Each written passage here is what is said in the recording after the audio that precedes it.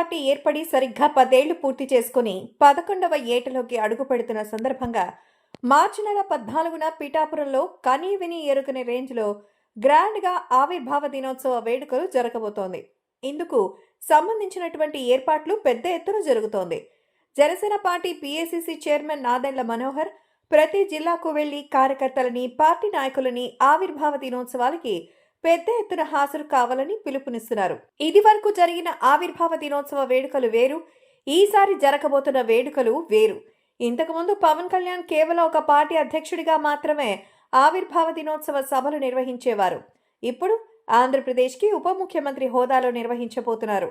తనని 70,000 ఓట్లకు పైగా మెజారిటీతో గెలిపించిన పిఠాపురం ప్రజలకు కృతజ్ఞతగా పిఠాపురంలోనే ఈ వేడుకలను జరపబోతుండడం ఇప్పుడు హాట్ టాపిక్ గా మారింది. ఈ సభకు దాదాపుగా 6 లక్షల మంది జనాలు హాజరవుతారని టాక్. కేవలం 2 తెలుగు రాష్ట్రాల్లో ఉన్న అభిమానులే కాకుండా ఇతర రాష్ట్రాల నుంచి కూడా పెద్ద ఎత్తున అభిమానులు హాజరయ్యే అవకాశాలుండడంతో ఏర్పాట్లు కూడా వచ్చే వాళ్లకు ఎలాంటి అసౌకర్యంగా ఉండకుండా ప్లాన్ చేస్తున్నట్టుగా తెలుస్తోంది. మార్చి 14వ తారీఖున సాయంత్రం 4 గంటల నుంచి ఈ ఆవిర్భావ దినోత్సవ వేడుకలు ప్రారంభించబోతున్నారు. ఇదంతా పక్కన పెడితే ఒక భారీ విజయం తర్వాత జరుపుకుంటున్న పండుగ కావడంతో ఈ వేడుకకు మెగా ఫ్యామిలీ మొత్తం హాజరు కాబోతోందనే సందేహాలు ఇప్పుడు సోషల్ మీడియాలో వ్యక్తమవుతోంది.